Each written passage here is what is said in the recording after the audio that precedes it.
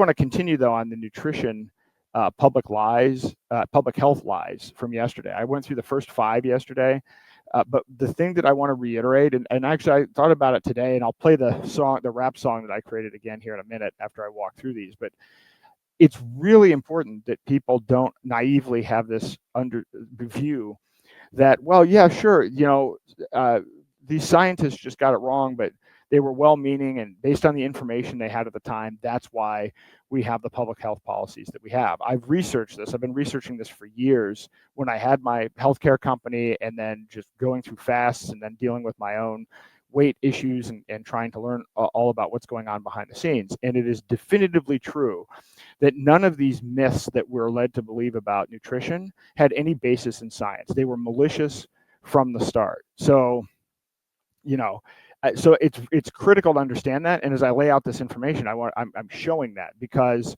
no one was held accountable and there was never any course correction. So not only was it bad, it was never based in actual science. It was never based on improving people's health.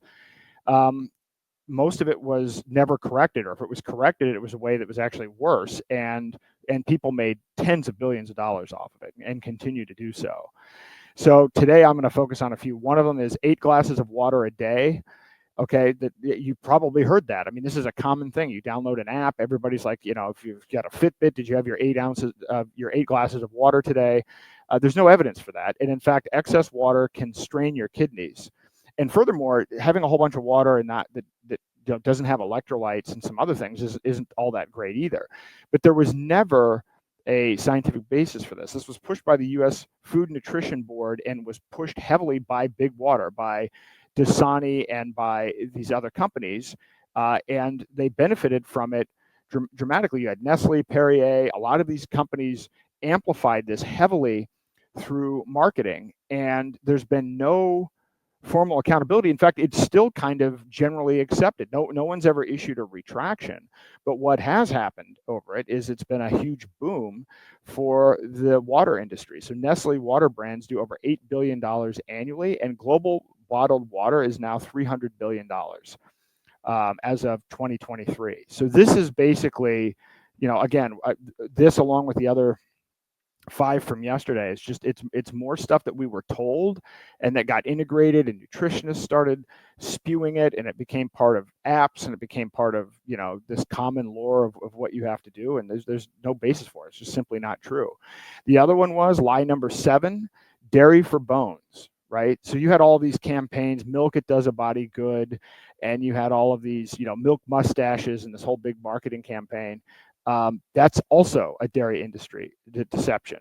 So the claim that dairy is essential for strong bones due to calcium was heavily pushed by the U.S. dairy industry, particularly the National Dairy Council, starting in the 1980s with the Got Milk campaign. So the USDA supported this in their dietary guidelines, despite evidence showing that countries with low dairy intake, like Japan, have lower osteoporosis rates.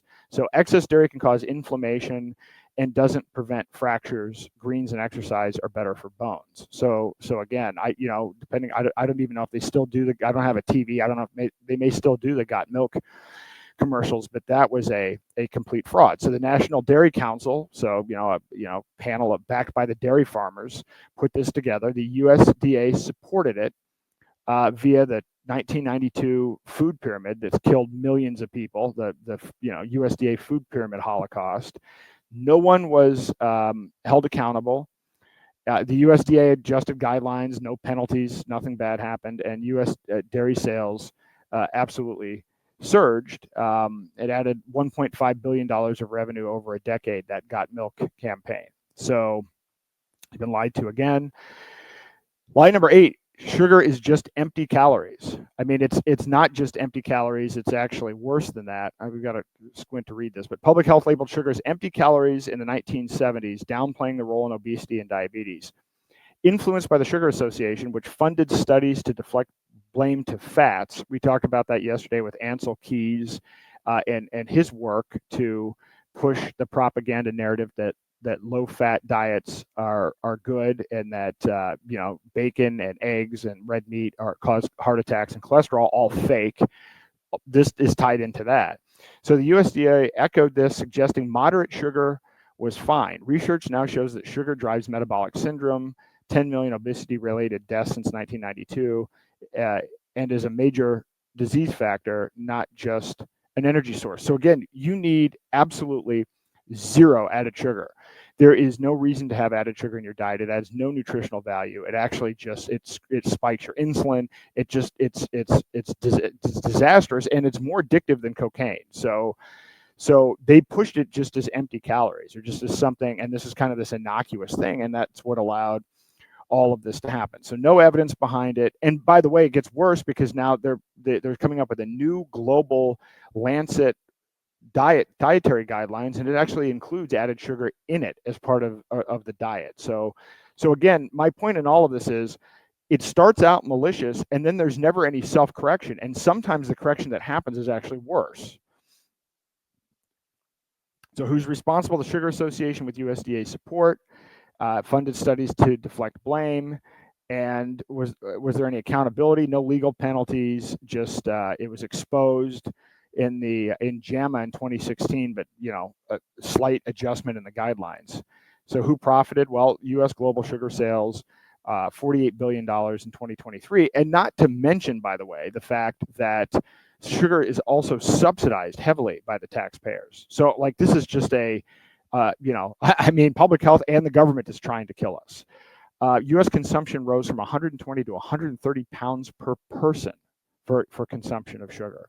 So you don't need sugar. Your brain doesn't need sugar. There are a lot of these other myths. Right, again, right now I'm on day 4 of the fast. I have no sugar. I actually wasn't eating sugar before that anyway. But your brain can I will tell you, your brain functions better on ketones. Sugar is not an additive thing here, a helpful thing in any way, shape, or form. Lie number 9 is that you need to eat every few hours. So this was another thing that all of the snack food companies rallied behind this pitch. So, every 2 to 3 hours you need to eat. And what that does is it spikes your insulin, and it's had terrible effects on people's metabolism. So snack food companies like Nabisco and Kraft were behind this. The USDA reinforced it with fitness guidelines. No one was held accountable, and snack food sales have jumped to $150 billion in 2023. And you probably noticed this. One of the things that was shocking to me, I mean, now after you go through a fast, once you start becoming aware of all of this, one thing that I observed is just like one day I was taking my kids we wanted to go to Michael's to get like supplies. They were going through like a knitting phase, and we were getting some arts and crafts. So you go there and you go to the checkout line. And what do they have? Well, they have sugar. They have a whole bunch of candy. They have snacks. So they have candy and snacks at an art supply store. Then you go to Best Buy, and you want to buy a computer. You want to buy an iPad or whatever it is. You go to the line at Best Buy, and they're selling candy, and they're selling snack food. I mean, it's actually literally everywhere. I mean, businesses so it's just like, okay, here's some sugar, here's some processed GMO corn, wherever it is. It's just an add-on that everybody puts at the checkout counter everywhere. So again, sugar is highly addictive, and they've now strategically placed it everywhere. And go to an airport. I mean, one of the biggest jokes is an airport. One of those, where you now have to buy water because you have to dump whatever you bring. All of the snacks are just absolute crap. I mean, it's almost impossible to eat healthy in an airport. And so none of this, none of the, sugar's just empty calories, or you need to eat a few hours. None of this stuff has actually even been addressed. It's people still think this is true. Actually, so I'm trying to say this as lies, as I'm presenting them.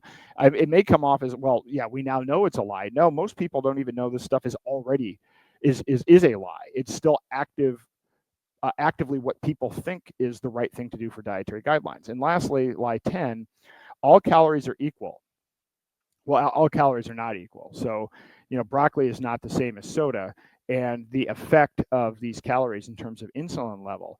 I mean, it is true you could lose weight. I mean, 3,500 calories equals a pound, but if you were just eating sugar, you would be hungry all of the time, and you have all kinds of metabolic problems. And so that will not get you anywhere. But that myth was pushed for a long time, of course, by food companies and, interestingly, dietitians in the USDA.